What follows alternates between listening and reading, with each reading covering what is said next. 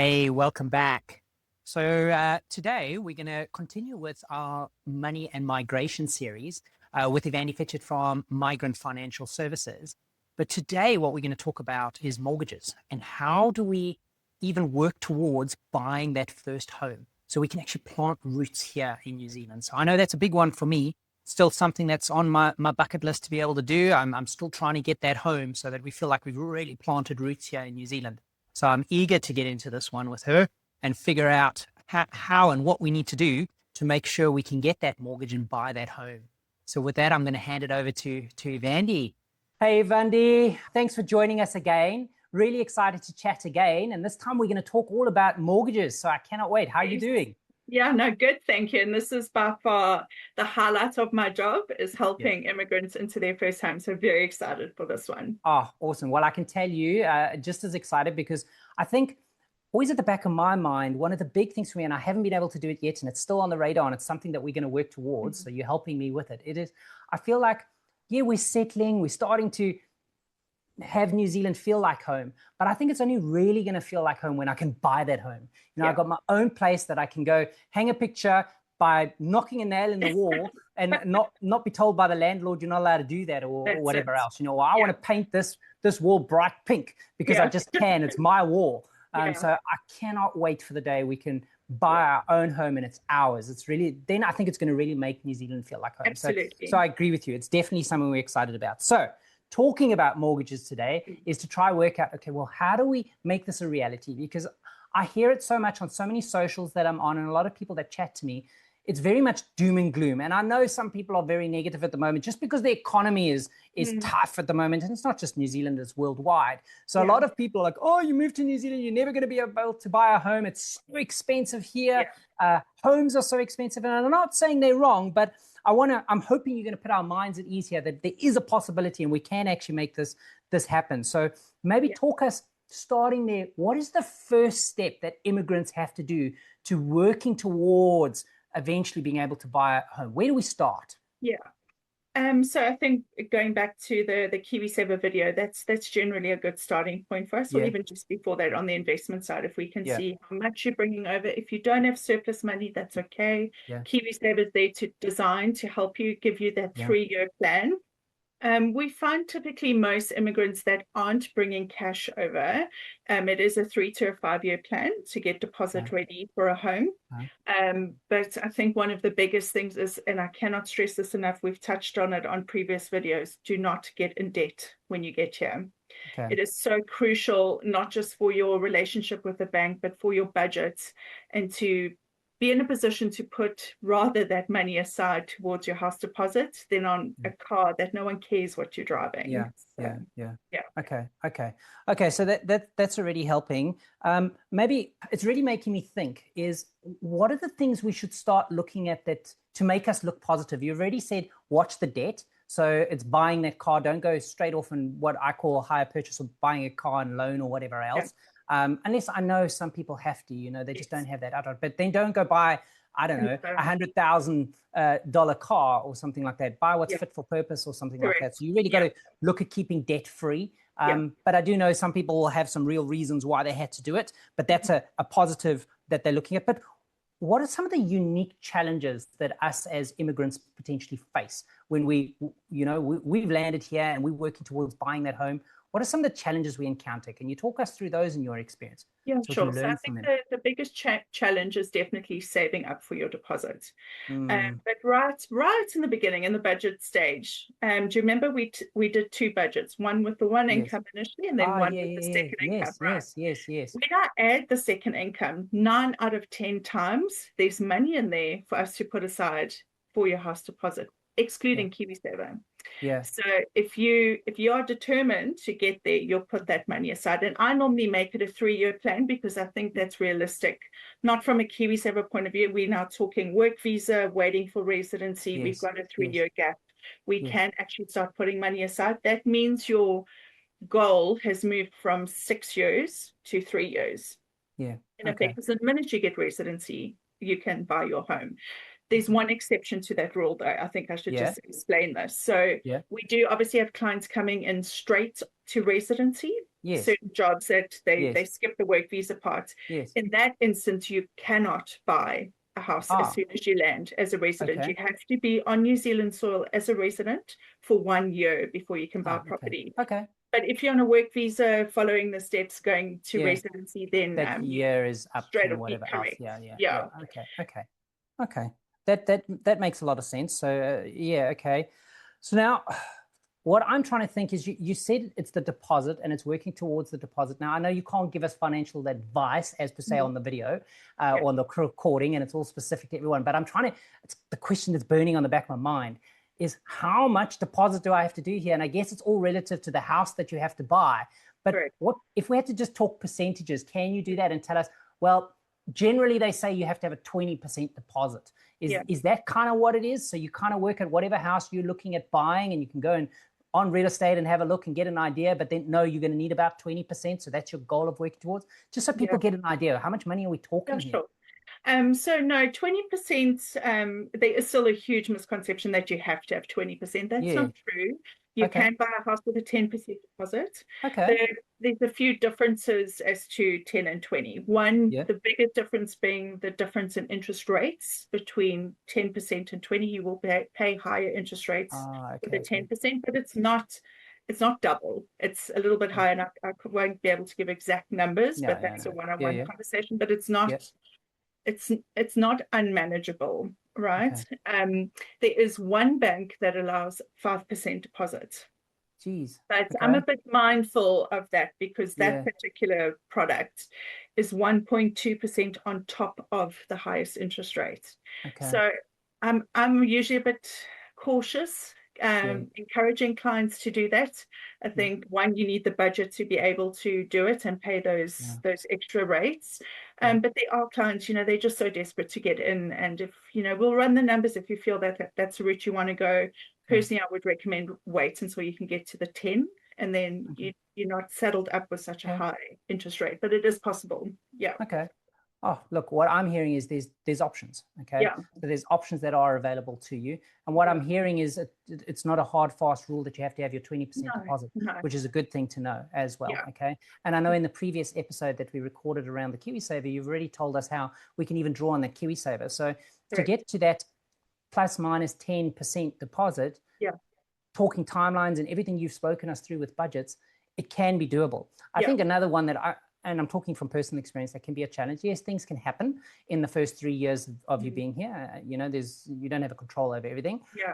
But one of the things you do have control over, and that's hard, maybe it's just me, is you want to drive that new car. And the minute you are earning, you want to spend that bit more, whether it be, we want to go get a motorhome, or we want to get a jet ski or whatever else. It's to be that responsible person to hold back and say, we can't do that now. And I think it's also hard when you midway through your life and you come from a country where you had all that stuff. Now you have to adjust and realize you're starting over again. You've got to take that step back. You just have to for the right reasons of buying a home. It's the responsible thing to do. Not always the fun thing, but it's the responsible thing to do. So I think that can be challenging. And I know that's a hard one for me, and maybe, I'm just too materialistic and I like the fun stuff. So it can be hard. Yeah. Maybe that's also leading to your next one. So you've cleared up a lot of things that I wanted to understand, but what about hidden costs? Are there any other hidden costs that come up with buying a house? No, I wouldn't say hidden. So with that 10% deposit, or basically anything under 20%, there's one hard rule with all the lenders, and that is that you have to get a registered valuation done on every home that you're interested in. So that is a physical person going out to inspect the property, and the report goes back to the bank. That's going to set you back about $1,000. But in the bigger scheme of things, I mean, I know $1,000 if you convert it in some currencies, it's a lot of money. But if you look at the price of a house and what you're spending and your deposits and everything like that, so it's not the end of. Could you work that into the loan, or does it come out of the deposit port? It comes out the deposit port. It's got to be paid up front, but the banks do give you a cashback for being a first-time home buyer to say thank you for your business. It's a percentage of your lending, how much you've lent from them, and it's capped at about $5,000. So that's you get back more than enough to cover these extra expenses. The other expense would be very common with South Africans. We love the plaster homes in New Zealand because I think it reminds us a lot of our houses back home. But the banks are a little bit precious about plaster homes here because of the leaky home problem that New Zealand's had. So for a plaster home over and above the registered valuation, they're going to want a weather tightness report.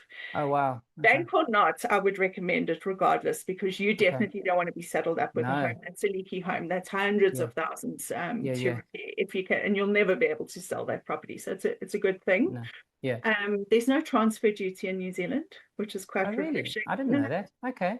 And then your only other costs would be your solicitor, your conveyancer, like we knew them back home. And they're pretty much stock standard with their charge. It's around $2,500 for their services. So I think that the cashback that you'll get from the bank is sufficient to cover your solicitor, your RV, and possibly moving if you're going to get movers in or something to help you with that. For us as an advisor to help you, we actually get paid by the bank, and it's not worked into your mortgage in any way. Our commission is separate. Geez, I'm learning a lot of things today. I had no idea about the transfer fees, that it's not a thing here. I didn't even know you got cash back to, as a thank you for doing business with them. I'm just like, that's unheard of. So already hearing about a lot of these things, it's showing it's positive. You can work towards this. Absolutely. It does take a lot of diligence and being, responsible, which can be tough for some. Discipline, there's the right word. So that's really what you got to be. But that's why you meet with somebody like you, and hopefully you can kick our butts and make sure we're staying on track. At the end of the day, it's our responsibility and our accountability. But that makes sense. One more question that I got to ask. So I'm going to pretend I know what this is about, but I actually looked this up. There's words thrown out there, and I'm reading it off my sheet here about a fixed or a floating or a split rate loans. What the heck is all of this? So in New Zealand, you have a choice to fix your lending over between 6 months and 5 years. So different interest rates, 6 months, 1 year, 18 months, 2 years, et cetera. So say, for instance, your mortgage is $500,000. You don't have to put the whole $500,000 on the same term. You can split it over different terms. So say $250 on 1 year, $250 on 2 years. The reason it's done is just to mitigate the risk a little. So that should there be a massive change in the economy, it's not your entire $500,000 that's going to get knocked. It's only a portion of it. Floating rate, that is designed for people that are likely to come into some lump sum money, and you can pay down any amount on that floating rate without any penalty from the bank. So say there's 200,000 on floating, you've got inheritance of 150K, you can whack that 150 into the floating and the bank's not going to charge you any penalties for that. So that's what that means. But depending on when you're buying, etc., that's part of our advice piece. We sit with you at that time and see what is the best structure for you and your financial plan. Well, I think you nailed it already. You'd sit down with us and you'd look at our unique scenarios and see what's the best plan for us. So that makes a lot of sense. Another question for us immigrants: is there anything, I don't know, tips, tricks, anything we should be doing to improve our chances of getting a mortgage, or not only getting a mortgage, but maybe getting a good rate or anything like that? Anything that you recommend we do in prep for when we finally apply for that mortgage? The biggest thing would be staying out of debt. That's number one. I usually encourage clients, if it's husband and wife, maybe one of you being with a different lender, so that we have two lenders to approach when we do your mortgage, and do something like say, for instance, if you with ANZ, do your check account with ANZ and have a savings account with them as well, so that you can build your relationship with your bank, and your wife, same thing. But I didn't even think about that. Well, thanks for that, because I know we actually both, because when you first come across, everybody just recommends one bank, and because there's so much going on in that first week or two of landing here, you just go into the same bank and you just sign up with the same bank. And some of them, you even, while you're still in your home country, you're signing up with that bank and you end up staying with the same bank. So it is a good point in trying to do that. So that makes sense. Gives us more flexibility to approach other banks. And each, there's certain banks that have better products. So say for instance, you really want a new build, then there's one particular bank that we're going to approach for that type of product. So that's usually why I say, let's split who you bank with so that we've got the best of both worlds, whether it be a new build or an existing home. We can approach both banks then to see how they can help you. Yeah. Okay. No, cool. Thanks, Ivandee. So, look, I've learned a lot today about mortgages and all the rest of it. And I know it's still the path I'm on, and I'm not quite there yet to be able to buy that home, and I cannot wait until we can. And I'm confident it is going to happen. We've only been here 3 years, so we've given ourselves a bit of a timeline of around about 5 years before we'll be able to do it. But hey, we'll still be able to do it, and we're going to get that home. So we're definitely working towards it. So maybe it's to ask that question that I love asking to wrap it up is, if there's one thing that the listeners just needed to hear today that you wanted them to take home, what is the one thing that you wanted them to hear? If they heard nothing else today, just that one thing, what is it? It's not that unachievable. And the one thing I'd like people to take away is, don't leave it until number 99, where you want to buy a house in the next 3 months.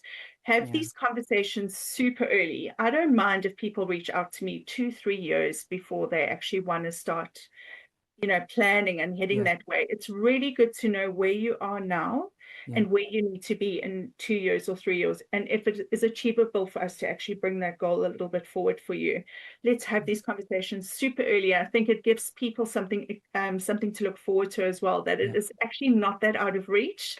A little bit of planning and we can get you there really quickly. No, thanks, Ivandee. I love that. And I'm a firm believer, if you don't have a plan and have a goal, you're never going to get there. You've got to have the end state in mind, and then you work backwards from there and work a plan towards getting there. And then it's also checking in regularly to make sure, well, are you on track? Because life happens, things change. So you pivot as you need to. But it's to have that original or that first goal in mind and that plan in mind. So thanks, Ivandee. Oh, I love this. I really, really love it. So look, I know I'm working with you, so I know we're going to buy a home one day. So I really appreciate you giving the time so we could share a little bit with everybody else as well. So that it can hopefully, if anything, give just a little bit of hope that as much as you move here and it can be challenging and whatever else, and the rest of the world and the economy and whatever else, you still can buy a home. It is possible. Okay, just take some work. The banks have, they've definitely made, or the Reserve Bank's definitely made it a little bit easier for us. Doing things like new builds where they 10% is absolutely fine. Because they're trying to encourage people to buy new build homes as opposed to existing homes. That in itself, I've seen a lot of clients, oh my gosh, one would love to live in a new build and you only need 10%. Why wouldn't you? Absolutely. No, awesome. No, this is great. Thank you, Ivandee. I really appreciate your time once again. So it's really been awesome chatting to you and going through what mortgages are all about.